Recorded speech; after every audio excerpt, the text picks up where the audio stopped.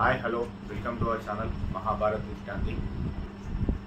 ఇవాళ మనం మహాభారతంలోని మొదటి పర్వం ఏదైతుందో ఆది పర్వం దాన్ని స్టార్ట్ చేయబోతున్నాం. నారాయణం నమస్కృత్య నరం చైవ నరోత్తమం దేవీం సరస్వతి వ్యాసం తతో జయముదీరయేత్. మహాభారతంలో ప్రతి పర్వం స్టార్ట్ అయ్యే ముందు ఫస్ట్ శ్లోకం చెప్పుకొని నారాయణునికి, అర్జునునికి, సరస్వతీదేవికి, అదేవిధంగా వ్యాసునికి నమస్కరించే ప్రతి ఒక్క పర్వం స్టార్ట్ అవుతుంది.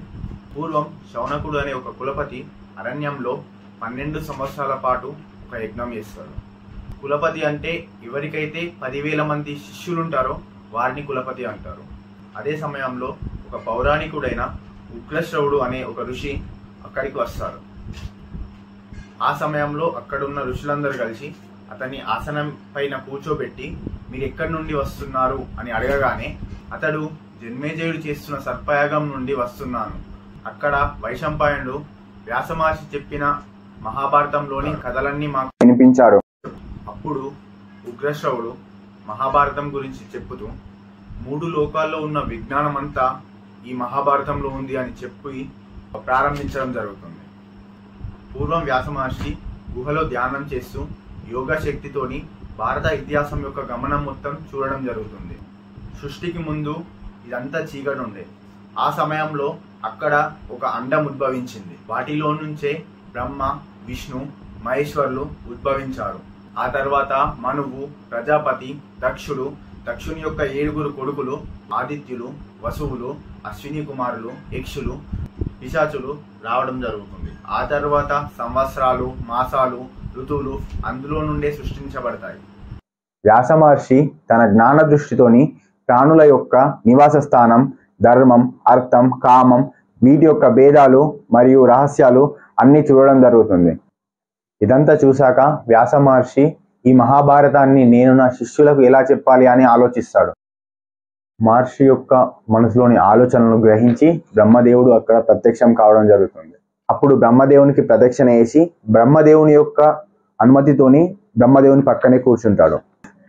అప్పుడు వ్యాసమహర్షి బ్రహ్మదేవునితో, ఈ కావ్యంలో నేను 4 వేదాలు మరియు పురాణాల సారాంశాన్ని ఉంచాను. ఇందులో పుణ్యక్షేత్రాల గురించి, దేశాల గురించి, నదుల గురించి, వీటన్నిటి గురించి ఉంది. కానీ దీనికి తగిన లేఖకుడు నాకు ఈ సృష్టిలో ఎక్కడా కనిపించడం లేదు అని అడుగుతాడు. అప్పుడు బ్రహ్మదేవుడు నీవు గణపతిని స్మరించు అని చెప్పి అక్కడే అంతర్ధానం అవుతాడు. వ్యాసమహర్షి గణపతిని స్మరించగానే గణపతి అక్కడ ప్రత్యక్షమవడం జరుగుతుంది. వేదవ్యాసుడు నువ్వు ఈ మహాభారతానికి లేఖకుడు కావాలని అడుగుతాడు. అప్పుడు గణపతి వ్యాసునితో నీవు ఎక్కడ ఆపకుండా ఈ కావ్యాన్ని చెప్తే నేను దీనికి లేఖకుడు అవడానికి సిద్ధం అని చెప్తాడు. దానికి బదులుగా వ్యాసమహర్షి గణపతితో నీవు రాసే ప్రతి ఒక్క పదాన్ని నువ్వు అర్థం చేసుకొని రాయాలి అని షరతు పెడతాడు. దానికి గణపతి సరే అని చెప్పి లేఖకుడు అవుతాడు. అప్పుడు వ్యాసమహర్షి కావాలనే గూఢార్థాలున్న శ్లోకాలని చెప్పడం జరుగుతుంది. టోటల్గా మహాభారతంలో 8088 శ్లోకాలు ఇలా గూఢార్థంతో, అంటే ఈవెన్ గణపతికి కూడా ఆ శ్లోకాన్ని అర్థం చేసుకోవడానికి కొంచెం టైం పడుతుందంట. అటువంటి అర్థాలున్న శ్లోకాలని టోటల్ 8088 శ్లోకాలని వ్యాసమహర్షి చెప్పడం జరుగుతుంది.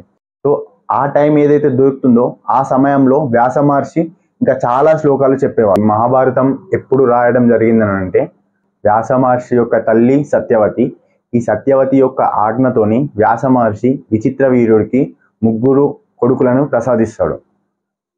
వారే ధృతరాష్ట్రుడు, పాండువు మరియు విదరుడు.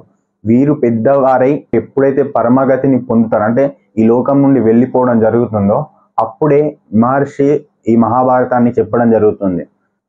జన్మేజయుడు మరియు ఆ యాగంలో ఉన్న బ్రాహ్మణులు ఎప్పుడైతే ఈ మహాభారతం గురించి చెప్పండి అని వ్యాసమహర్షిని అడుగుతాడో అప్పుడు తన సమీపంలో ఉన్న శిష్యుడు వైశంపాయనుని మహాభారతాన్ని చెప్పమని చెప్తాడు. ఈ విధంగా వైశంపాయనుడు జన్మేజయునికి ఈ మహాభారతాన్ని బోధించడం జరుగుతుంది. సో నిన్న మనం ఆల్రెడీ క్వశ్చన్ చూసాము, వైశంపాయనుడు మహాభారతాన్ని ఎవరికి చెప్తాడని. సో వైశంపాయనుడు మహాభారతాన్ని జన్మేజయునికి చెప్తాడు. ఈ జన్మేజయుడు అభిమన్యుడి యొక్క మనుమడు మరియు పరీక్షిత్ యొక్క కొడుకు.